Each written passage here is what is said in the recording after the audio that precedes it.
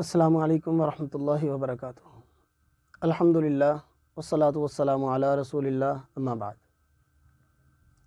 یا ایہا الذین آمنوا کتب علیکم الصیام کما کتب علی الذین من قبلکم لعلکم تتقون۔ ہم پہ اللہ تعالیٰ کا ایک بہت بڑا احسان یہ ہے کہ ہمیں اللہ تعالیٰ نے اسلام جیسی نعمت سے نوازا، اور پھر اللہ تعالیٰ نے ہمیں ایک ایسا ملک عطا کیا، یہ اس سے بھی بڑا احسان ہے کہ جہاں پہ ہم اپنی مرضی کے ساتھ اللہ رب العزت کی فرض کی ہوئی تمام عبادات کو بجا لا سکتے ہیں۔ تو اسلام قبول کرنے کے بعد، اسلام لے آنے کے بعد جو حقوق اور فرائض اللہ تعالیٰ نے انسان پر فرض کیے ہیں، ان میں سے کلمہ پڑھنے کے بعد پہلے نمبر پہ نماز ہے، اور دوسرے نمبر پہ اللہ تعالیٰ نے انسان پہ روزہ فرض کیا، مسلمان پہ۔ اللہ رب العزت فرماتے ہیں یا ایھا الذین آمنوا کتب علیکم الصیام کما کتب علی الذین من قبلکم لعلکم تتقون۔ اے ایمان والو، تم پر ہم نے روزے کو فرض کر دیا ہے، اور صرف تم پہ نہیں، یہ تم پر اس طرح فرض ہے جیسے تم سے پہلے لوگوں پہ، پہلی امتوں پہ روزہ فرض کیا گیا تھا۔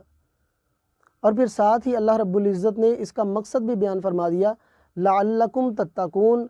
تم اللہ تعالیٰ سے ڈرنے والے بن جاؤ، تقوی اختیار کرو۔ اور اللہ تعالیٰ کا تقوی، اللہ کا خوف، ڈر، یہ انسان کے لیے کامیابی کے لیے، انسان کی جو حقیقی کامیابی ہے، دنیاوی کامیابی تو ختم ہونے والی ہے، حقیقی کامیابی وہ ہے جو انسان کو مرنے کے بعد قبر کے اندر راحت اور سکون ملے گی اللہ تعالیٰ کی طرف سے، اور اس کے بعد حشر میں اللہ تعالیٰ بندے کو جب معاف کر دے گا اور جنت کا داخلہ عطا کر دے گا، تو یہ حقیقی کامیابی ہے۔ اور اس کامیابی کے لیے روزہ بہت اہمیت کا حامل ہے۔ لعلکم تتقون سے مراد یہ ہے کہ جب روزہ رکھا جاتا ہے تو انسان اللہ سے ڈرنے والا بن جاتا ہے، گناہوں کو چھوڑ دیتا ہے۔ ہم روزمرہ زندگی کے اندر بہت گناہ کرتے ہیں، ہمیں کسی چیز کا ڈر اور خوف ہمارے دل میں نہیں ہوتا،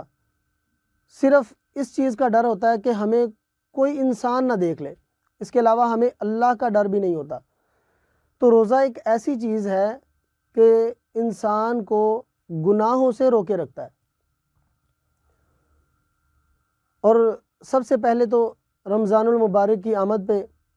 نبی علیہ السلام نے جو بات فرمائی، وہ ہمارے لیے بہت بڑی خوشخبری ہے۔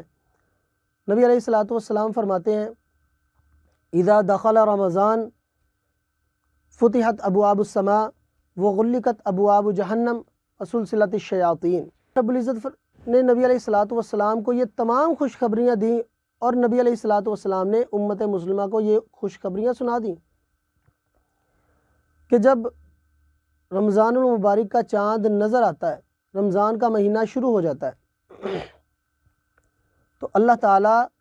آسمان کے دروازے کھول دیتا ہے، رحمت کے دروازے کھول دیے جاتے ہیں تمام مسلمانوں کے لیے۔ وغلقت ابواب جہنم، اللہ رب العزت جہنم کے دروازوں کو بند کرنے کا حکم دے دیتے ہیں، وہ جہنم کے دروازے بند کر دیے جاتے ہیں۔ وسلسلت الشیاطین، اور شیاطین جو ہیں وہ جکڑ دیے جاتے ہیں۔ اب یہ اللہ رب العزت نے انسان کے لیے، مسلمان کے لیے، اپنے بندوں کو ہر قسم کی جو ان کے لیے خطرے والی بات تھی اس کو ختم کر دیا۔ اب نیچرل طور پر انسان قدرتی طور پر صرف اللہ کی بندگی کے لیے ہوتا ہے۔ 11 مہینے شیطان انسان کے ساتھ ہوتا ہے، اور ایسا ساتھ ہوتا ہے کہ انسان کی رگوں کے اندر، جیسے نبی علیہ السلام نے فرمایا کہ شیطان انسان کے ساتھ ایسے ہوتا ہے جیسے انسان کی رگوں میں خون دوڑتا ہے، شیطان ایسے انسان کے جسم میں دوڑتا ہے۔ اب رمضان کا مہینہ شروع ہوا تو اللہ رب العزت نے شیاطین کو جکڑ دیا، اب وہ ہمیں کسی قسم کی گمراہی کی طرف لے کر جانے والے نہیں ہیں۔ اور اسی طرح نبی علیہ السلام نے رمضان المبارک کے فضائل بیان کرتے ہوئے فرمایا، رمضان کا مہینہ شروع ہو گیا، اب یہ رمضان کا مہینہ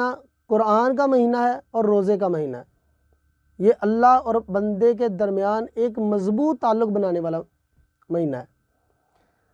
سب سے پہلے رمضان شروع ہونے کے بعد نماز تراویح کا بندوبست کیا جاتا ہے۔ تراویح کے اندر قرآن سنا جاتا ہے، سنایا جاتا ہے، مساجد کے اندر بڑی رونق ہوتی ہے، اور ہماری یہ دعا ہونی چاہیے، کوشش ہونی چاہیے کہ جس طرح رمضان المبارک کے اندر ہماری مسجدیں لگتی ہیں کہ یہ مسلمانوں کی عبادت گاہیں ہیں، یہی سارا سال بھی ہونی چاہیے۔ تو مختصر یہ کہ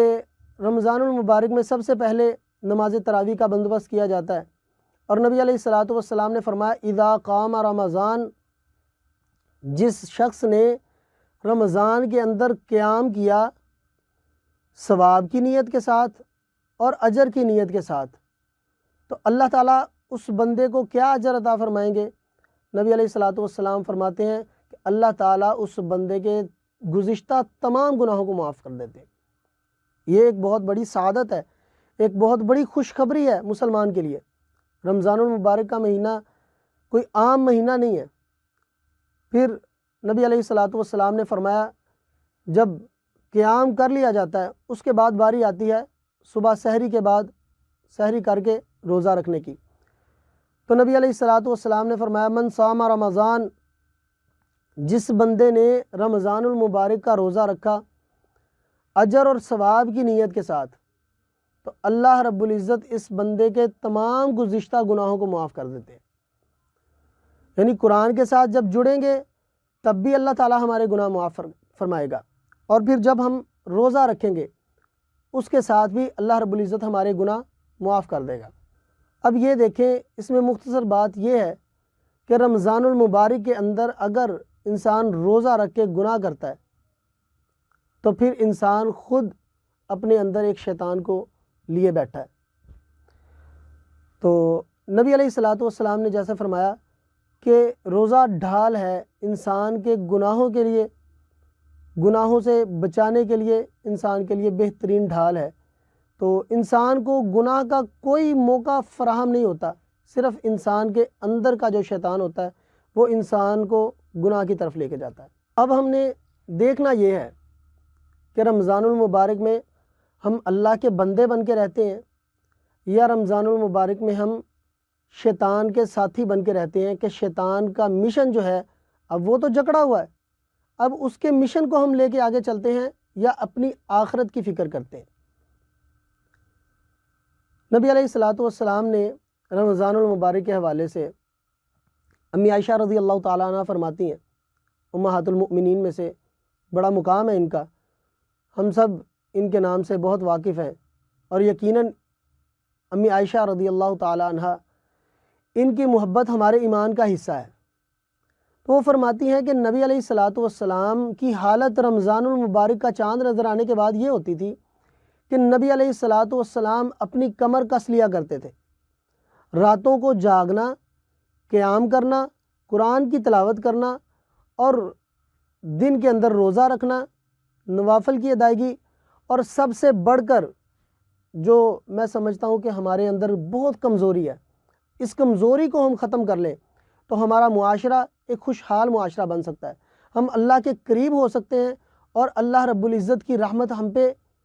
براہ راست برسنا شروع ہو جائے گی اور ہم اس کو دیکھیں گے۔ وہ کیا ہے؟ ام المؤمنین سیدہ عائشہ رضی اللہ تعالیٰ عنہ فرماتی ہیں کہ نبی علیہ الصلاۃ والسلام رمضان المبارک میں صدقہ خیرات اس قدر زیادہ کرتے تھے کہ جس طرح خزاں کے موسم میں درختوں کے پتے جتنی تیزی سے جھڑتے ہیں، نبی علیہ الصلاۃ والسلام اس سے بھی زیادہ تیزی سے اللہ رب العزت کے راستے میں خرچ کیا کرتے تھے۔ رمضان المبارک کے مہینے میں ہمارے پاس یہ آپشن ہے، اللہ تعالیٰ نے ہمیں کہہ لیں کہ ایک لوٹ سیل ہوتی ہے نا ہمارے معاشرے میں، ہم کسی برانڈ پہ ہمیں پتہ چل جائے کہ وہاں پہ سیل لگ گئی ہے، 20%، 50%، 70% سیل ہے، تو ہم وہاں پہ دوڑ کے جاتے ہیں کہ ہم وہاں سے بہت زیادہ سے زیادہ چیزوں کو اکٹھا کر سکیں، سستے میں چیزیں اکٹھی کر سکیں۔ تو یہ رمضان المبارک کا مہینہ جو ہے نبی علیہ الصلاۃ والسلام نے فرمایا اللہ رب العزت بندے کی ایک نیکی کو 700 گنا تک بڑھا کے اسے اجر دیتے ہیں۔ عام دنوں میں رمضان سے ہٹ کر ایک نیکی کا اجر جو ہے وہ 10 گنا اللہ تعالیٰ بڑھاتے ہیں، اور رمضان المبارک میں اللہ رب العزت اسی نیکی کو 700 گنا تک اللہ تعالیٰ بڑھا دیتے ہیں۔ تو کیا اب اس کے بعد بھی ہمارے لیے کوئی ایسا موقع خالی جانا چاہیے کہ ہم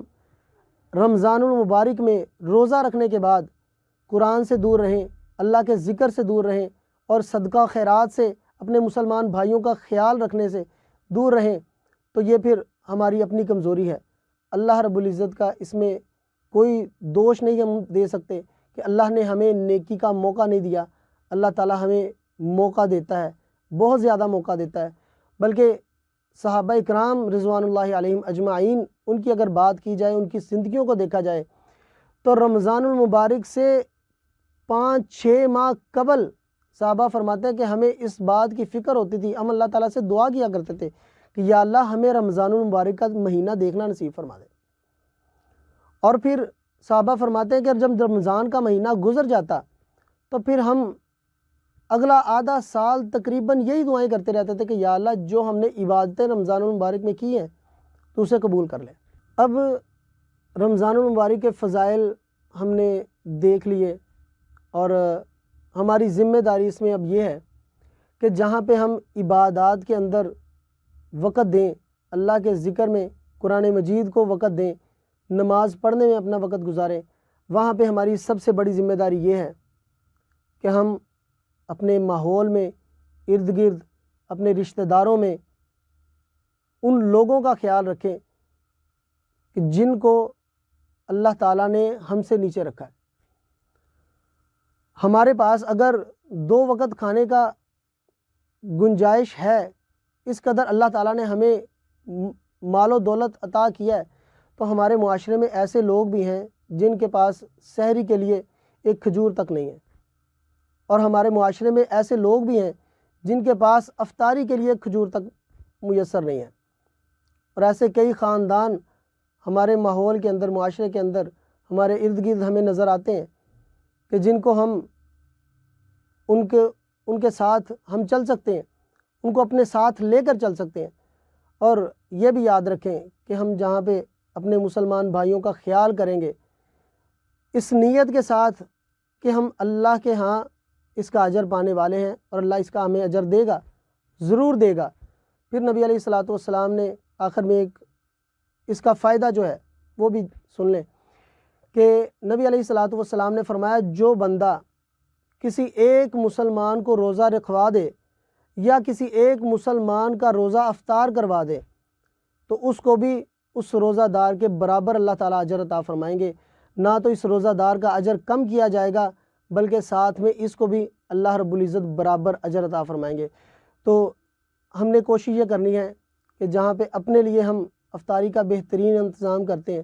وہاں پہ اپنے مسلمان بھائیوں کے لیے بھی انتظام کریں، ان کی سحری افطاری کا خیال رکھیں، ان کو اپنی خوشیوں میں شامل کریں۔ اللہ رب العزت ہمارا حامی و ناصر ہو۔ السلام علیکم ورحمۃ اللہ وبرکاتہ۔